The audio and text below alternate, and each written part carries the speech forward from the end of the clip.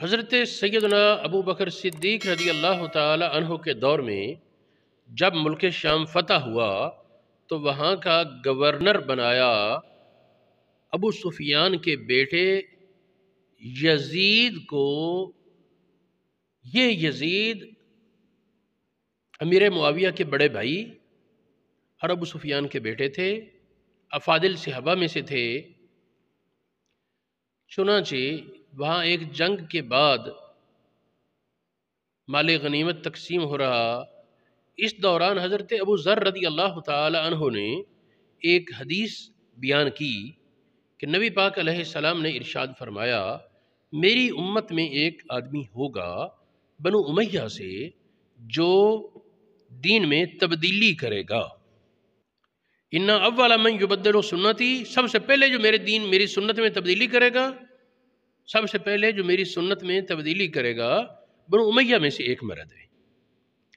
جب یہ حدیث وہ ابو سفیان کے بیٹے یزید کے پاس بات پہنچی، تھوڑی دیر گزری کہ ابو ذر ملنے آئے کسی کام کے لیے، تو یزید بن ابو سفیان نے پوچھا کہ آپ نے یہ حدیث بیان کرو کہ ہاں میں نے بیان کی۔ کہا کہ میں تو وہ نہیں ہوں کہ گورنر ہے نا، میں تو وہ نہیں ہوں۔ انہوں نے فرمایا کہ نہیں۔ ساتھ ہی حضرت ابو ذر کو احساس ہوا کہ اس طریقے سے حکمران لوگ اپنے بارے پوچھنا شروع کر دیں گے، تو انہوں نے اپنے آپ کو بس وہاں سے اجازت لینے کا بہانہ کیا اور ادھر ادھر چلے آئے۔ یہ یزید بن ابو سفیان جب فوت ہوئے تو فوت ہونے سے پہلے انہوں نے اپنے چھوٹے بھائی معاویہ کو عارضی حکمران بنایا ملک شام کا، عارضی گورنر۔ کہا کہ خط لکھ دو حضرت عمر امیر المومنین کی طرف، اگر جس کو وہ چاہیں گے مناسب وہ بھیج دیں گے گورنر بنا کر۔ خط پہنچا تو حضرت عمر نے جوابی خط میں کہا کہ فی الحال تم کام کرو، امیر معاویہ کو کہا کہ فی الحال تم گورنر کے طور پر کام کرو، اگر تمہارا کام درست ہوا تو تمہیں باقی رکھیں گے ورنہ ہٹا دیں گے۔ اس کے بعد حضرت عمر فاروق رضی اللہ تعالیٰ عنہ کے دور کے آخر میں امیر معاویہ کے ہاں ایک بیٹا پیدا ہوا جس کا نام انہوں نے اپنے فوت ہونے والے بھائی یزید بن ابو سفیان کے نام پر رکھا کہ وہ بڑے نیک بزرگ تھے، تو میرا بچہ اس طرح ہو۔ والدین تو خواہش کر سکتے ہیں نا، اچھا نام رکھنا ہے، انہیں یہ تو پتہ نہیں تھا کہ یہ کیا کرتوت کرے گا۔ تو یہ ہوا یزید بن معاویہ،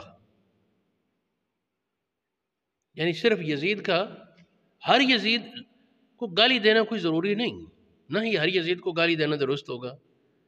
یزید بن معاویہ ابو سفیان کا پوتا، یہ ایسا پلید اور بد کردار تھا کہ اس کے بارے بہت سی باتیں ہوتی ہیں اور ہوتی رہیں گی۔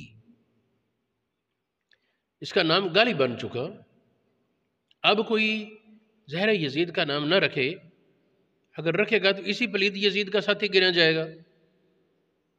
نام رکھنے والا اپنی اولاد کا، اس کو ظاہر ہے کہ اسی کی کیٹیگری میں سمجھا جائے گا، لیکن عام طور پر پرانے اسلاف میں وہ یزید کے نام کو، ظاہر ہے کہ یزید کے پیدا ہونے سے پہلے جن کا نام یزید تھا نام تو رہے گا۔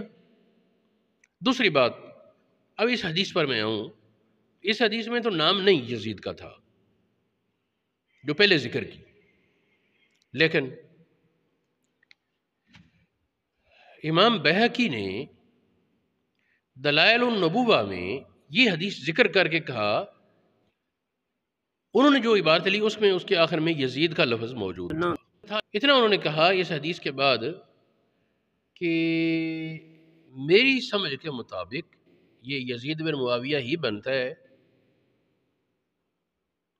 اس کے بعد کہا کہ اس کی توثیق دوسری حدیث سے ہوتی ہے، پھر یہ حدیث لکھی، لا یزال امر امتی قائما، میری امت کا معاملہ درست رہے گا انصاف کے ساتھ، حتیٰ کہ سب سے پہلے جو رخنہ اندازی کرے گا، جو اس کو توڑے گا، وہ بنو امیہ کا ایک مرد ہے جس کو یزید کہا جائے گا